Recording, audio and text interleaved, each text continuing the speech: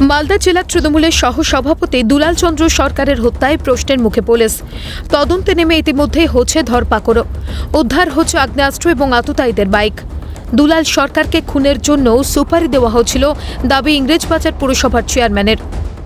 কে ওদেরকে টাকা দিয়ে 10 লাখ টাকা কন্ট্রাক্ট হয়েছিল, তোর পিছনে কে ছিল সেটা খোঁজ লাগাচ্ছে পুলিশ এবং স্বয়ং মুখ্যমন্ত্রী দেখছেন। ইংরেজবাজার চেয়ারম্যানের দাবি নিয়ে মন্তব্য এড়িয়ে গেলেও পুরমন্ত্রী দোষীদের দৃষ্টান্তমূলক শাস্তির দাবি করেছেন।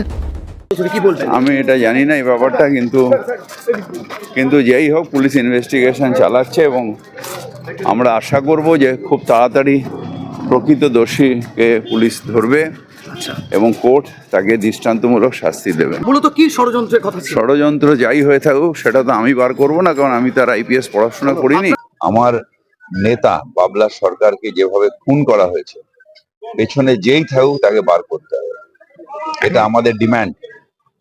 আর আমি মুখ্যমন্ত্রীও এই ব্যাপারে সম্পূর্ণ লক্ষ্য রাখছেন, ডিজিকেও বলেছেন ইনভেস্টিগেশনকে এমন পর্যায়ে নিয়ে যাও যাতে ডেফিনেটলি যারা এত বড় অন্যায় করেছে তারা যেন কেউ স্পেয়ার না হয়, তাদের যেন নিয়ে আসে এবং আমি কোর্টকেও তারপরে বলবো যে দৃষ্টান্তমূলক শাস্তি। ষড়যন্ত্রের তত্ত্ব উড়িয়ে দিলেন না তৃণমূলের শীর্ষ নেতারা। আমি মনে করি পুলিশ এখানে সম্পূর্ণরূপে ব্যর্থ হয়েছে। ষড়যন্ত্র ছাড়া তার খুন হতে পারেন না। আমরা তো সাহেবভাবে ধরে নিতে পারি যে একটা ষড়যন্ত্র হয়েছে, তার বিরুদ্ধে কোনো চেহারা না, কোনো রং হয় না। দুষ্কৃতিকারী মানে দুষ্কৃতিকারী, যারা এর সাথে যুক্ত আছে তার কঠোরতম শাস্তির ব্যবস্থা করা হবে।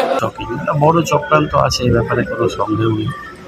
একটা ডিপ্লুটেড চক্রান্ত কেন হয়েছে, কি কারণ, সেটা নিশ্চয়ই পুলিশ সেটাকে তদন্ত করে আনার পর।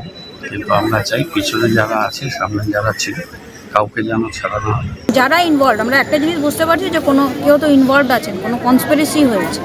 যারা ইনভলভ তারা যাতে ধরা পড়েন এবং তাদের যাতে কড়া শাস্তি হয়, আমরা এটা সবাই চাইছি, এটাই আমাদের ডিমান্ড।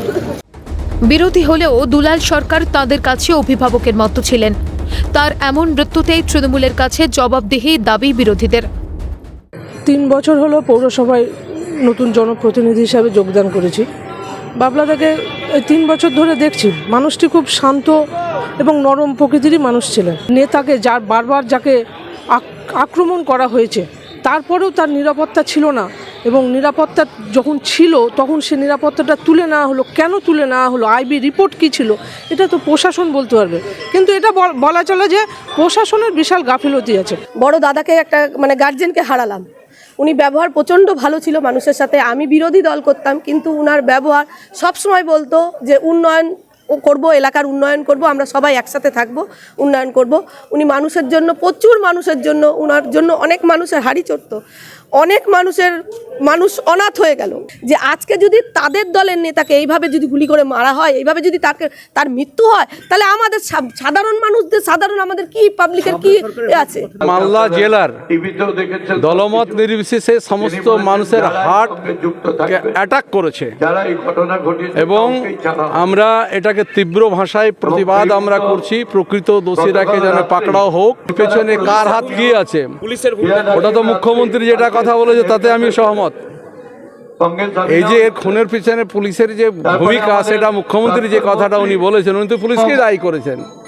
এবং সাবিনা ইয়াসমিনও সে একই কথা বলেছেন যে জেলার যে ঘটনা যদি হয় তাতে ডিএমএসপি ছাড়া কে হতে পারে। আজকে মালদা জেলার যারা সোশ্যাল ওয়ার্কের সাথে যুক্ত জনপ্রতিনিধি, তারা তো আজকে আতঙ্কগ্রস্ত যে আজকে কিভাবে আজকে মানুষ তাহলে বাঁচবে। এলাকায় পরিচিত ছিলেন দাপুটে নেতা বলে, ছিল প্রাণ সংশয়। তবুও নিজেদের দলের কর্মীকে নিরাপত্তা দেওয়া তো দূরস্থ, উল্টে তার নিরাপত্তা রক্ষী তুলে নেয় তৃণমূল। নিজের দলের কর্মীদের ব্যাপারে যারা কানে তুলো গুঁজে থাকে, তাদের কাছে রাজ্যবাসী কতটা নিরাপত্তা আশা করতে পারে? মালদা থেকে সমুক লাহিড়ির রিপোর্ট, ক্যালকাটা নিউজ।